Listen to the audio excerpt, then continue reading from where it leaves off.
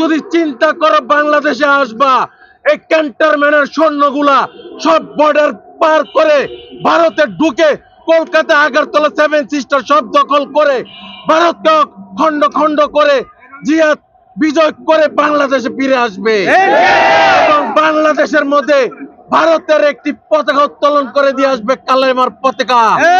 এই ক্যান্টনমেন্টের সৈন্যরা কখনো মাঠে নামবে না নিজেদের আখের গোছানোর জন্য, ইমান গোছানোর জন্য নামবে, দেশ সংস্কারের জন্য নামবে, দেশ সংস্কার করে ক্যান্টনমেন্টে চলে যাবে, কোনো লোভ লালসার জন্য আসবে না। বাংলাদেশ দখল করার পায়তারা করছে, তাদের নাকি চট্টগ্রাম চাই। কেন? যৌতুক না দিলে কি মেয়ে ছেড়ে দিবেন নাকি? যৌতুক না দিলে কি মেয়েকে তালাক দিবেন নাকি? মেয়ে পাঠিয়ে দাও, বাংলাদেশের মেয়ে পাঠিয়ে দাও। মেয়ে পচে নাই, মেয়ে তো বলেছে 2041 সাল, প্রয়োজনে এই মেয়েকে আমরা আবার বিবাহ দিব। এই মেয়ের বাসর ঘর হবে দেশনেত্রী বেগম খালেদা জিয়াকে যে পুরনো জেলের মধ্যে বন্দি করে রেখেছিল, সেই জেলের মধ্যে তার বাসর ঘর হবে এবং সেই জেলের মধ্যে তাকে যাবজ্জীবন কারাদণ্ড দণ্ডিত করা হবে।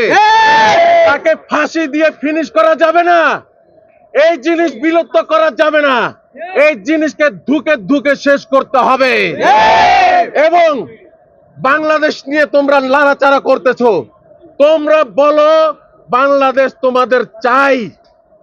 এই বাংলাদেশের বর্ডার খুলে দিতে বলে তারা, 15 মিনিটে নাকি ভ্যানিশ করে দিবে। আমি তোমাদের বলতে চাই, বাংলাদেশের বর্ডারে আসো, শুধু বর্ডারে আসলে দেখবে আমাদের মা বোনেরা কেচি নিয়ে দাঁড়িয়ে আছে। ব্রাহ্মণবাড়িয়াতে আসো, শুধু আমাদের মা বোনেরা কেচি নিয়ে দাঁড়িয়ে আছে, সুন্নতের খাতনা করে দেবে। আর যদি লড়াচড়া করো, তার গ্যারান্টি নাই কতটুকু কাটবে। তোমাদের সাবধান করে দিতে চাচ্ছি, বাংলাদেশ নিয়ে চিন্তা করো না, ভারত খন্ড খন্ড করে ছেড়ে দেব। আরেকজন শুভেন্দু বলে আমাদের বাংলাদেশ থেকে নাকি 3 লক্ষ হাতে টানা রিক্সা কলকাতা দখল করতে যাচ্ছে। আরে গোলামের পুত, তোরা তো ব্রিটিশ পিওর থেকে, ব্রিটিশ আমলের থেকে টানা রিক্সা নিয়ে দৌড়াদৌড়ি করস। আমাদের বাংলাদেশের মধ্যে পায়ে চালিত রিক্সা, এখন অটো চালিত রিক্সা। আমাদের বাংলাদেশ উন্নয়ন হয়েছে, তোরা এখনো রেলপথে যা হাগু করস। তোরা আগে চিন্তা কর, তোরা ভারত কিভাবে শুধরাবি, বাংলাদেশ নিয়ে মাতামাতি করিস না। আরেকজন বলে বাংলাদেশ নাকি দখল করে ফেলবে। আমি বলতে চাই, তোমরা যদি বাংলাদেশ দখল করতে চিন্তা করো, আমাদের বাংলাদেশের মধ্যে যে ক্যান্টনমেন্ট গুলো আছে, সেই ক্যান্টনমেন্ট হলো মাদ্রাসার ক্যান্টনমেন্ট। মাদ্রাসার ক্যান্টনমেন্টে এক একটা জিহাদি পয়দা হয়ে আছে। তোমরা যদি চিন্তা করো বাংলাদেশে আসবা, এই ক্যান্টনমেন্টের সৈন্যগুলা সব বর্ডার পার করে ভারতে ঢুকে কলকাতা, আগরতলা, সেভেন সিস্টার সব দখল করে ভারতকে খন্ড খন্ড করে জিহাদ বিজয় করে বাংলাদেশে ফিরে আসবে এবং বাংলাদেশের মধ্যে ভারতের একটি পতাকা উত্তোলন করে দিয়ে আসবে, কালেমার পতাকা।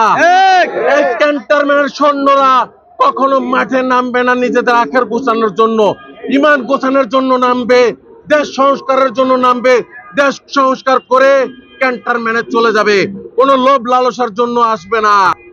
বাংলাদেশের মধ্যে যে ক্যান্টনমেন্ট গুলো তৈরি হয়েছে, এগুলো ভালোভাবে সংস্কার করে সবকিছু তৈরি করতে হবে। বাংলাদেশের মধ্যে যে অগ্রশাসক তৈরি করে রেখেছে এই মোদির দুঃশাসককে ভেঙে দিতে হবে। বাংলাদেশের ভাই বোনদের বলে দিতে চাই, আমাদের ভারতের সাথে যুদ্ধ করতে হবে না। আপনারা কয়দিন পর দেখবেন কলকাতা, চেন্নাই তারাই আন্দোলন করবে ভারতের বিরুদ্ধে। এখনই তারা না খেয়ে মরার পথে। বাংলাদেশ থেকে যত ভাই বোন না যাওয়া শুরু করে দিয়েছে, তখনই তাদের ব্যবসা, ট্রান্সপোর্ট, হোটেল, রেস্টুরেন্ট সবকিছু বন্ধের মধ্যে হয়ে গিয়েছে। আমাদের বাংলাদেশের ভাই বোনদের বলে দিতে চাই, আপনারা যদি মুমিন বান্দা হন, বাংলাদেশি হন, মুসলমান হন, বাংলাদেশি হন, বাংলাদেশের নাগরিক হন, আপনারা ভারতীয় পণ্য, ইসরায়েলি পণ্য বয়কট করবেন। ভারত যাওয়া থেকে বিরত থাকবেন। ভারত আপনারা তখনই যাবেন যখন ভারতীয় সরকার, ভারতীয় নাগরিকরা আপনাদের পায়ে ধরে ক্ষমা চেয়ে হাত জোর করে নিতে চাবেন। তখন আমরা চিন্তা করব, আপনারা চিন্তা করবেন ভারতে যাবেন কিনা যাবেন না। আপনাদের বলতে চাই, ভারতের অগ্রশাসনকে রুখে দেন, এই ভারতীয় মোদীকে অগ্রশাসন রুখে দেন। এই আওয়ামী লীগ সরকারের আমলে তারা একটা জোরপূর্বক একটি সরকারকে সঙ্গ দিয়ে বাংলাদেশকে একটি দামাচাপা দিয়ে রেখেছিল। তাদের দেশের র এজেন্ট, তাদের সেনা সদস্যকে বাংলাদেশ পাঠিয়ে তারা শাসন করেছিল। এর বিরুদ্ধে বাংলাদেশ থেকে একটি আন্তর্জাতিক ভাবে মোদির বিরুদ্ধে আমরা মামলা করব। মোদির বিরুদ্ধে আমরা মামলা করব। এই মামলাতে মোদির আমরা ফাঁসি দাবি করব। আর ভারতের যে অগ্রশাসন শুরু করেছে বাংলাদেশের উপরে, বাংলাদেশকে নিয়ে যে পায়তারা শুরু করেছে, এর কঠিন জবাব বাংলাদেশের মাধ্যমে দিতে হবে, বাংলাদেশের প্রত্যেকটি জনগণের দিতে হবে। বাংলাদেশের মধ্যে যে অন্তর্বর্তীকালীন সরকার আছে তার কাছে আমার জোরপূর্বক দাবি আছে, ভারত আমাদের কখনোই বন্ধু ছিল না, প্রতিবেশী দেশ ছিলই না। বাংলাদেশের রাজনৈতিক দলগুলোর কিছু নেতৃবৃন্দ বলে বাংলাদেশ নাকি আমাদের প্রতিবেশী, বাংলাদেশ নাকি আমাদের বন্ধু। এ কেমন প্রতিবেশী?